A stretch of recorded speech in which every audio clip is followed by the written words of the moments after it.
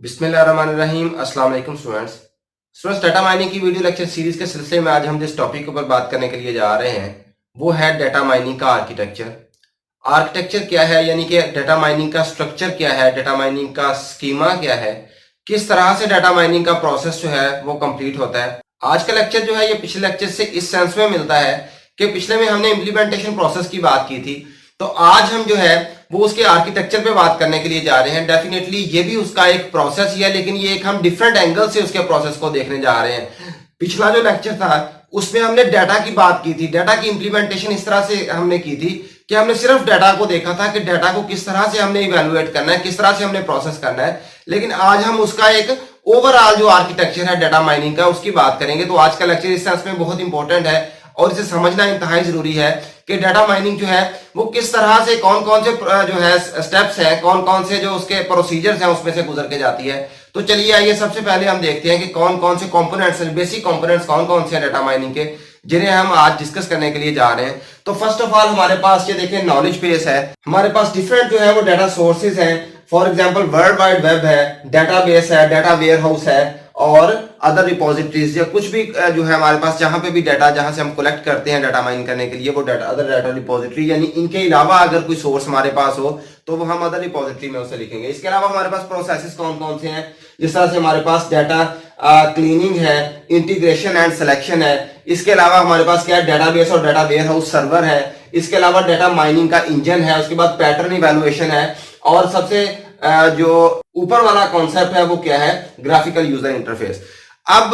सबसे basic concept हम start कहां से लेते हैं। सबसे पहले हम ये बात करते हैं कि हमने जब डाटा माइनिंग करनी है तो हमने कहां से स्टार्ट लेना है। हमने यहां से डाटा सोर्सेस से स्टार्ट लेना है कि हमारे पास सबसे पहले जो डाटा सोर्स हो सकता है जहां से हम डाटा कलेक्ट करते हैं वो क्या हो सकता है, वो वर्ल्ड वाइड वेब यानी कि इंटरनेट हो सकता है जहां से हम डाटा को कलेक्ट करने के लिए जा रहे हैं। इसके अलावा हमारे पास कोई डाटाबेस हो सकती है, हम जहां पे हम मुसलसल जो है वो एंट्रीज करी जा रहे हैं और बाद में हम उसमें से डाटा को माइन करना चाहते हैं। इसके अलावा डाटा वेयर हाउस है जहां पे हम आर्काइव डाटा यानी कि हमारी काफी सारी डाटा बेसिस जो हैं उनका डाटा उठा के जो पुराना हिस्टोरिकल डाटा जो भी उनके पास पिछले सालों का डाटा है वो लाके जहां पे हम रखते हैं डाटा वेयर हाउस कहते हैं। इसके अलावा कोई भी और सोर्स हो सकता है जहां से हम डाटा को कलेक्ट करते हैं। तो ये वाले डाटा के सोर्सेज हैं जिनकी हम बात करते हैं कि जहां से डाटा को कलेक्ट किया जाता है। ये डाटा जो है ये स्मॉल डाटा नहीं होता, ये काफी ज्यादा डाटा जो है वो कलेक्ट करके जो है वो हमारे पास डाटा के सोर्सेज बनते हैं। इसे बिग डाटा भी कहा जाता है। तो इस सेंस में हम बात करेंगे कि ये जो डाटा होता है ये बल्क में होता है, बहुत ज्यादा डाटा होता है। और डेफिनेटली हमने पिछले लेक्चर में बात की थी कि इस बल्क डाटा को हमने क्या करना है, इसकी इंप्लीमेंटेशन प्रोसेस करना है इस डाटा को। तो उसमें हम क्या देखते हैं कि data cleaning, integration and selection, हमने पिछले लेक्चर्स में इस टॉपिक के ऊपर बात की थी। बेसिकली ये वाला जो टॉपिक है इस पे हमने कि डाटा को कैसे क्लीन किया जाता है, उसकी सिलेक्शन की कैसे की जाती है, उसकी डाटा की गैदरिंग कैसे होती है, और ये तमाम के तमाम स्टेप्स जो है हमने इस सिर्फ इस एक पार्ट को जो है वो डिस्कस किया था वहां पे जो पिछले लेक्चर है हमारे। इसके अलावा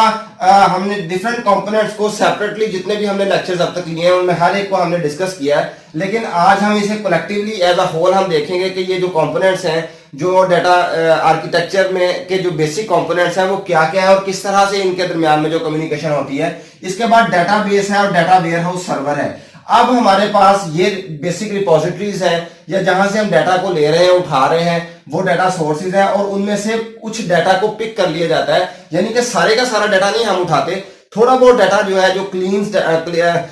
क्लीन किया हुआ डाटा है, जो हमारे मतलब का डाटा है, हमने वो यहां से उठा लिया, वो इस स्टेप में आ गए यहाँ पे। इसके बाद हमने क्या काम किया, इसके बाद इस सारे के सारे डाटा को हमने एक जगह पे स्टोर करवा दिया। मैं आपको इसके एक जनरल एग्जांपल देता हूं कि आप फॉर एग्जांपल कोई एक्सपेरिमेंट करने के लिए जा रहे हैं, आपने कोई साइंटिफिक एक्सपेरिमेंट अगर करना है तो आप सबसे पहले क्या करते हैं, आप डाटा कलेक्ट करते हैं उसके मुतालिक कि जो जो आपकी रिक्वायरमेंट होती है, बेसिक रिक्वायरमेंट उस एक्सपेरिमेंट की है, तो हम वो वहां से जाकर फॉर एग्जांपल हम ये कह लें कि हमने कुछ लोगों से वो जो है वो डाटा को कलेक्ट करना है तो वो हमने यहां से कलेक्ट कर लिया। या फिर अगर फॉर एग्जांपल कोई केमिकल दरकार है या कोई हमें ऐसी डिवाइसेस जो है या कोई ऐसा एक्सपेरिमेंटल मटेरियल हमें चाहिए तो वो यहाँ पे हमने कलेक्ट कर लिया है। अब वो सारे का सारा जो हमारे पास एक्सपेरिमेंटल मटेरियल आ गया, केमिकल्स वगैरह आ गए, उनमें से हमने वो वाले केमिकल्स, वो वाला एक्सपेरिमेंटल मटेरियल जो है वो यहाँ पे हमने उसमें से उठा लिया कि हमारी ये हमारी जरूरत का जो है वो मटेरियल है, बाकी जो है उसे हमने छोड़ दिया। अब यहाँ पे आके डेफिनेटली हमने उसे किसी जगह पे लाके कलेक्ट करना है, जहां पे आगे हमने एक्सपेरिमेंट करें, तो हम वहां पे क्या करते जाएंगे, उसकी कलेक्शन करते जाएंगे। तो उसकी यही एग्जांपल है कि डेटाबेस और डेटा वेयर हाउस सर्वर। अब डेटाबेस और डेटा वेयर हाउस सर्वर जो है ये क्या है कि हमने जो भी डाटा उठाया, अब ये वाला डाटा है ये बिखरा पड़ा है, फॉर एग्जांपल ये कोई ऑर्गेनाइज्ड फॉर्म में नहीं है, ये किसी फॉर्मेट में नहीं है जो हमने डिफरेंट सोर्सेज से लिया हुआ है। For example world wide web से हमने डाटा उठाया, वो टेक्स्ट डाटा है। अब वो टेक्स्ट डाटा किसी फॉर्मेट में नहीं है और किसी अरेंज फॉर्म में नहीं है, तो हम डेफिनेटली उससे क्या करेंगे, उसको डेटाबेस के अंदर सेव करेंगे, उसकी कोई आईडी रखेंगे, या जो भी हम उसे एक वेल मैनेज फॉर्म में उसे हम लेके आएंगे। तो हमने सबसे पहले से क्या करना है, डेटाबेस में या डेटा वेयर हाउस में उसे स्टोर करवाना है, ताकि हम बवक्ते जरूरत उसे वहां से एक्सेस कर सकें। क्योंकि डाटा जो हमारे पास वैसे पड़ा हुआ है, डॉक्यूमेंट्स में पड़ा हुआ है या किसी जगह पे पड़ा हुआ है, हम उसे उस तरह से एक्सेस नहीं कर सकते जिस तरह से हमें एक्सेसिबिलिटी डेटाबेस या डाटा वेयर हाउस हमें वहां से एक्सेसिबिलिटी देगा। क्योंकि हम उसकी प्रॉपर आईडीज वगैरह रखेंगे, हम उसकी डिटेल रखेंगे, उसकी डिस्क्रिप्शन रखेंगे, उसकी डाटा टाइप्स हमें डिफाइन होगी, तो हम डाटा बेस में या डाटा वेयर हाउस में उसे स्टोर करवाएंगे, क्योंकि हमने बाद में उसे इस्तेमाल करना है। अब अगला काम हमारे पास क्या है, हमने डेटाबेस डाटा वेयर हाउस में हमारे पास डाटा आ गया। अब हमने डेटाबेस डाटा माइनिंग इंजन की बात करें। डाटा माइनिंग इंजन क्या है, ये सबसे मेन कंपोनेंट है डाटा माइनिंग इंजन जो है, क्योंकि सारे का सारा काम जो है ना स्टूडेंट्स, वो इस पार्ट ने करना है। जो डाटा माइन करना है वो इसी ने करना है, डाटा माइन इंजन ने। डाटा माइन इंजन जो है ये डिफरेंट प्रोसेसेस को परफॉर्म करेगा। फॉर एग्जांपल ये हमारी एसोसिएशन करेगा, ये कैरेक्टराइजेशन करेगा, ये क्लासिफिकेशन करेगा, ये क्लस्टरिंग करेगा, ये प्रिडिक्शन करेगा, ये टाइम सीरीज एनालिसिस करेगा। ये सारे के सारे काम किसने करने हैं, डाटा माइनिंग इंजन ने करने हैं। फॉर एग्जाम्पल अगर मैंने जैसे आपको एग्जाम्पल दिया एक्सपेरिमेंट की कि आप लोग एक्सपेरिमेंट करने के लिए अगर जा रहे हैं, तो आपने यहाँ पे डाटा तो सारा का सारा कलेक्ट कर लिया, लेकिन अब आपको कोई ऐसी लैब की जरूरत है, ऐसी लेबोरेटरी की जरूरत है जहां पे जाके आपने ये सारे का सारा काम परफॉर्म करना है, जहां पे आपको एक प्रॉपर एनवायरनमेंट मिलेगा एक्सपेरिमेंट करने के लिए। तो वो सारे का सारा एक्सपेरिमेंट जो आपने केमिकल्स को मिलाना है, या जो भी प्रोडक्शन यूनिट जिसे हम कह लेते हैं, वो आपको कौन सा मिलेगा, वो डाटा माइनिंग इंजन है। यहाँ पे ही सारे का सारा काम होगा। मैं आपको एक और देसी सी एग्जाम्पल देता हूँ कि आप कोई चीज फॉर एग्जाम्पल कास्ट करते हैं। फॉर एग्जाम्पल आपने क्या करना है, आप कॉटन जो है उसे आप कास्ट किया, आपने कॉटन कास्ट की है, ये आपने सारे का सारा यहाँ पे जो है वो बीज वगैरह कलेक्ट किए, आपने उसे सो किया, उसे उगाया, उसकी वो आपके पास कॉटन जो है वो आ गई है। अब कॉटन आने के बाद आपने क्या किया, उस कॉटन में से जो बीज वगैरह है उसके निकाल दिए और उसे थोड़ा सा प्रोसेस कर लिया, यानी कि कॉटन और उसके सीड्स जो है उन्हें सेपरेट कर दिया, तो वो ये प्रोसेस हो गया। अब इसके बाद नेक्स्ट क्या होगा, अब यहाँ पे आपने आके क्या किया, वो सारी की सारी कॉटन जो आपने कलेक्ट की हुई है वो आपने किसी जगह पे इकट्ठी कर ली है। कहां पे इकट्ठी की है, जहां से आप इजीली एक्सेस करके उसे मशीनों में से गुजार सकें, जहां पे उसका कपड़ा बन जाए। तो वो वाला जो ये डाटाबेस जो है ये इसी के काम आती है कि ये वो वाला स्टोर है जहां पे आपने उसे कलेक्ट करते जा रहे हैं, आप उसे अरेंज करते जा रहे हैं, ताकि बवक्ते जरूरत जब भी आपने प्रोडक्शन करना तो आपको वहां से इजीली वो एक्सेसिबल हो और आपको मशीनों में उसे डाल सके। तो ये वाली वो मशीन है, ये वाला वो प्रोडक्शन यूनिट है जहां पे आप आके उसका धागा भी बना लेंगे, उसका आप कपड़ा भी बना लेंगे, उसे आप प्रिंटिंग भी कर लेंगे फॉर एग्जांपल। तो इस यूनिट ने, ये वाला जो यूनिट है डाटा माइनिंग इंजन, इसने सारे का सारा काम परफॉर्म करना है। तो डाटा माइनिंग की अगर बात करें ना, तो डाटा माइनिंग में भी जो आपकी क्लस्टरिंग करनी है, आपकी क्लासिफिकेशन करनी है, डाटा माइनिंग के जो ऑपरेशंस भी हैं वो कहां पे आगे परफॉर्म होंगे, वो डाटा माइनिंग इंजन में आगे परफॉर्म होंगे। तो यहां पे सारे का सारा काम होगा। अब यही उसका इंजन है, यही उसका बेसिक यूनिट है जिसने सारे का सारा काम परफॉर्म करना है। इसके बाद हम अगली बात करते हैं कि अब पैटर्न इवैल्यूएशन क्या है। पैटर्न इवैल्यूएशन के आपने क्लस्टरिंग कर दी, क्लासिफिकेशन कर दी, जो भी काम करना था आपने कर लिया, आपने डिसीजन मेकिंग कर ली। अब यहां पे आके पैटर्न इवैल्यूएशन में आगे आपने कंक्लूजन देना है, आपने कोई चीज ड्राइव करनी है। आपने कहा कि भाई मैंने ये वाला काम कर लिया। फॉर एग्जांपल यहां पे आके मैंने आपको कहा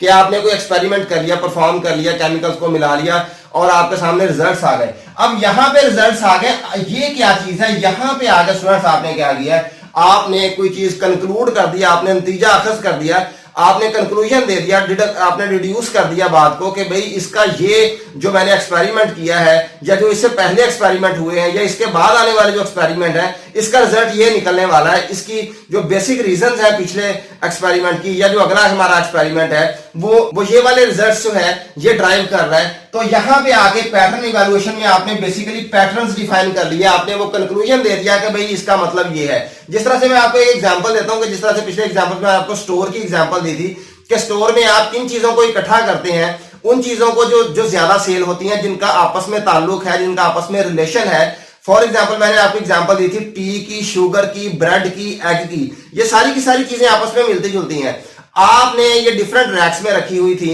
आपने क्या किया, कस्टमर आपके पास आते रहे, आप अपने डाटा को जो है वो मैनेज करते रहे कि कौन सा कस्टमर आके क्या परचेज करके लेके जा रहा है। आपने क्या नतीजा अखज किया, आपने डेटाबेस जो आपका जो डाटा माइनिंग इंजन है उसमें से सारे के सारे डाटा को गुजारने के बाद यहां पे आके पैटर्न इवैल्यूएशन में आपने ये फाइंड आउट कर लिया, आपके पास ये नतीजा अखज हो गया कि भाई जो बंदा दूध खरीदने के लिए आता है ना, वो 90 या 80% चांसेस है कि वो साथ में टी भी परचेज करता है। जो टी परचेज करने के लिए आता है वो साथ में 70-60% ऐसे चांसेस है कि वो साथ में ब्रेड भी परचेज करके लेके जाता है। जो बंदा ब्रेड परचेज करने के लिए आता है वो साथ में कोई 40-50% चांसेस है कि वो एग भी परचेज करने के लिए। तो यहां पे आके आपने ये पैटर्न जो है यहां पे उसकी इवैल्यूएशन कर देनी है, आपने यहां पे कंक्लूजन दे देना है कि भाई हमारा ये वाला पैटर्न जो है यहाँ पे जो है वो ड्राइव हो रहा है। तो यहाँ पे इसके बाद जो नेक्स्ट हमारा लास्ट वाला जो कंपोनेंट है वो क्या है, graphical user interface. Graphical user interface जो है ये जिस तरह से हम एक एप्लीकेशन बना लेते हैं, एक आप जो है वो फ्रंट एंड जो है वो डेवलप कर लेते हैं, उसके बैक एंड पे जो है वो डेटाबेस चल रही होती है। आप यूजर को एक खूबसूरत सा जो है वो इन्वायरमेंट दे देते हैं कि भाई आप अगर चाहें डाटा को एंटर करना चाहें, डेटाबेस में स्टोर करना चाहें, तो ये फील्ड्स है, ये नाम की, एड्रेस और फोन नंबर और CNIC और सारे की सारी डिटेल जो है यहाँ पे आप एंट्री करें, नीचे सबमिट के बटन पे क्लिक करें तो आपका डाटा जो है डेटाबेस में स्टोर हो जाएगा। अब यूजर जो है उसे ये नहीं पता कि भाई ये मेरा डाटा जो है किस टेबल में जाके स्टोर हो रहा है, आप उसे तो सिर्फ एक व्यू दिखा रहे हैं, खूबसूरत सा एक जो ग्राफिकल यूजर इंटरफेस जो है वो आप दिखा रहे हैं कि भाई यहाँ पे एंटर करेगा तो ये डेटाबेस में स्टोर हो जाएगा। और अगर वो वहां से रिट्रीव करना चाहता है, डेटाबेस में से डाटा को उठाना चाहता है, तो फिर भी वो एक बटन को क्लिक करेगा और सारे का सारा डाटा उठा के आप उसके सामने रख देंगे और वो वहां से वो डाटा को देख सकेगा। और आप ऊपर क्राइटेरिया के लिए कॉम्बो बॉक्स या एक फील्ड जो है वो डिफाइन कर देंगे, स्पेसिफाई कर देंगे कि वो इसमें जो कॉलम है उसे सिलेक्ट कर ले और नीचे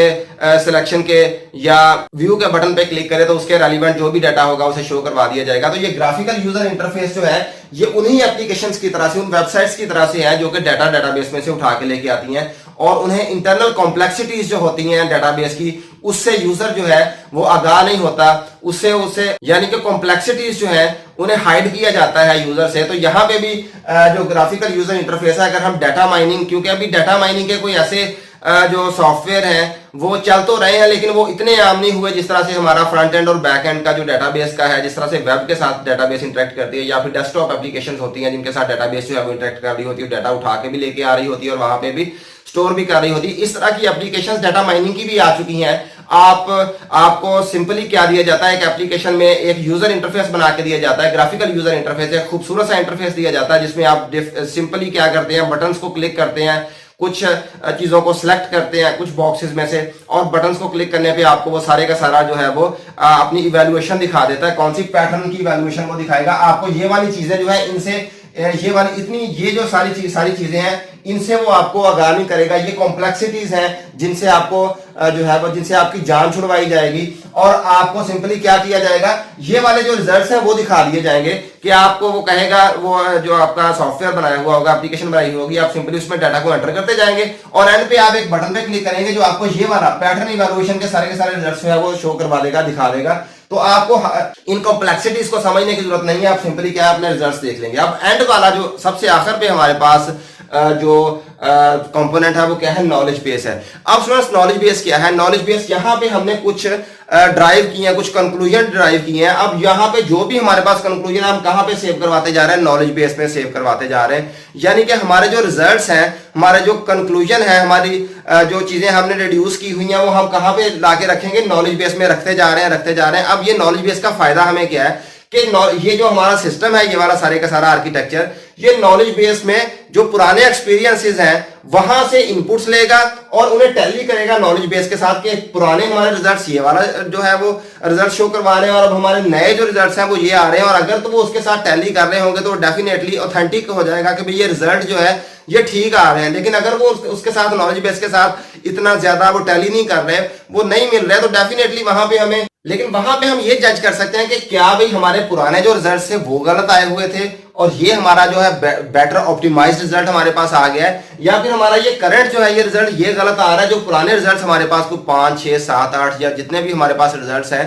क्या वो सारे के सारे गलत हैं, अब हमारा ऑप्टिमाइज्ड रिजल्ट आया है, या फिर हमारा एक्चुअल जो रिजल्ट अभी आ रहा है वो गलत है, बाकी जो पुराने हमारे पास रिजल्ट हैं वो बेहतर थे। तो इसके साथ हम जो जज भी कर सकते हैं अपने रिजल्ट को कि ये कितना ऑप्टिमाइज है पुराने रिजल्ट्स के साथ। और नॉलेज बेस में हम पुराने एक्सपीरियंसेस, पुराने हमारे जो भी इवेल्युएशन हमने की हुई हैं वो यहाँ पे स्टोर करवा दें, और यहाँ से हम इनपुट्स भी लेंगे अपने इस सारे के सारे जो हमारा आर्किटेक्चर है इसे जज करने के लिए क्या ये ठीक काम कर भी रहा है या नहीं कर रहा। तो यहाँ से जब हम इनपुट्स लेंगे इसके लिए, वो भी हमारा एफिशिएंसी को शो करेगा। और जब हम जो इनपुट्स लेंगे और उसके बाद हम जो अपने रिजल्ट्स होंगे वो भी इसके अंदर स्टोर करवाएंगे, नए एक्सपीरियंसेस भी इसके अंदर जो है वो स्टोर करवाते जाएंगे, ताकि हमें फ्यूचर में जो भी इवैल्यूएशन करते हैं हम उसे क्या कर सकें, उसे इवैल्यूएट कर सकें, उसे क्राइटेरिया के ऊपर लाके तो हम ये अपने जो हमारा जो भी हमने कंक्लूड किया है उसकी एफिशिएंसी जो है उसे हम जज कर सकें। तो स्टूडेंट्स, उम्मीद करता हूं आपने डाटा माइनिंग के आर्किटेक्चर को अच्छी तरह से समझा होगा, सुना होगा और अंडरस्टैंड किया होगा। इंशाल्लाह ताला नेक्स्ट लेक्चर में किसी और टॉपिक के साथ हाजिर होंगे, तब तक के लिए अल्लाह हाफ़िज़।